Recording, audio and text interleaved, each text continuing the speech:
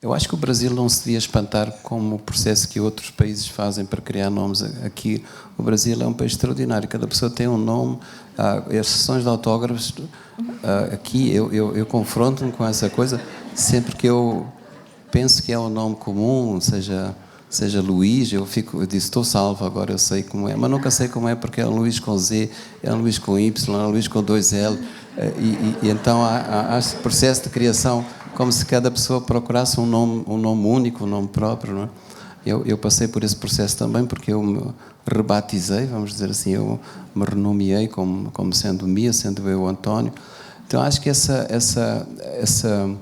encontro, a maneira como eu encontro o nome, o personagem nasce antes, sim, e depois é como se ele me apontasse que era um nome que não é o nome verdadeiro. Em Moçambique é muito curioso,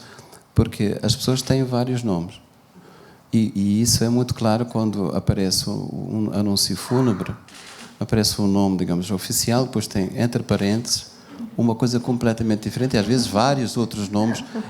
porque há regiões do país em que a pessoa vai tendo nomes diferentes,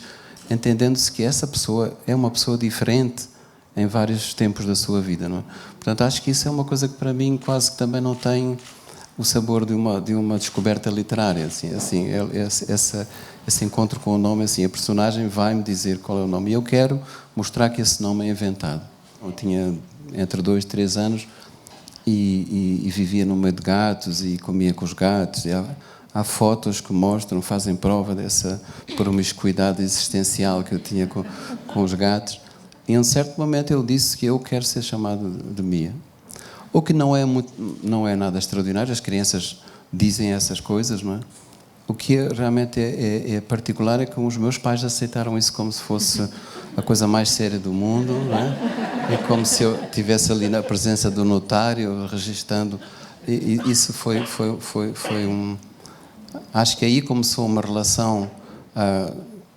familiar em que nós percebemos que todos nós reinventar, porque os meus pais, na relação que tinham connosco, sabendo que nós éramos uma família muito nuclear, era uma família que tinha pai, mãe, e eu tinha mais um irmão mais velho, o outro irmão meu apareceu bastante mais tarde, e portanto eles também se reinventavam como personagens, quer dizer, assim, quando me contavam histórias, eles eram os avós que eu não conhecia, os tios, os primos, toda essa gente, todos esses parentes, não é, que compõem uma família alargada, que em Moçambique ainda é mais alargada do que é o comum. Portanto, acho que havia ali uma relação em que essa invenção do nome, do personagem, da história, essa história que somos nós próprios, não é, estava ali muito presente.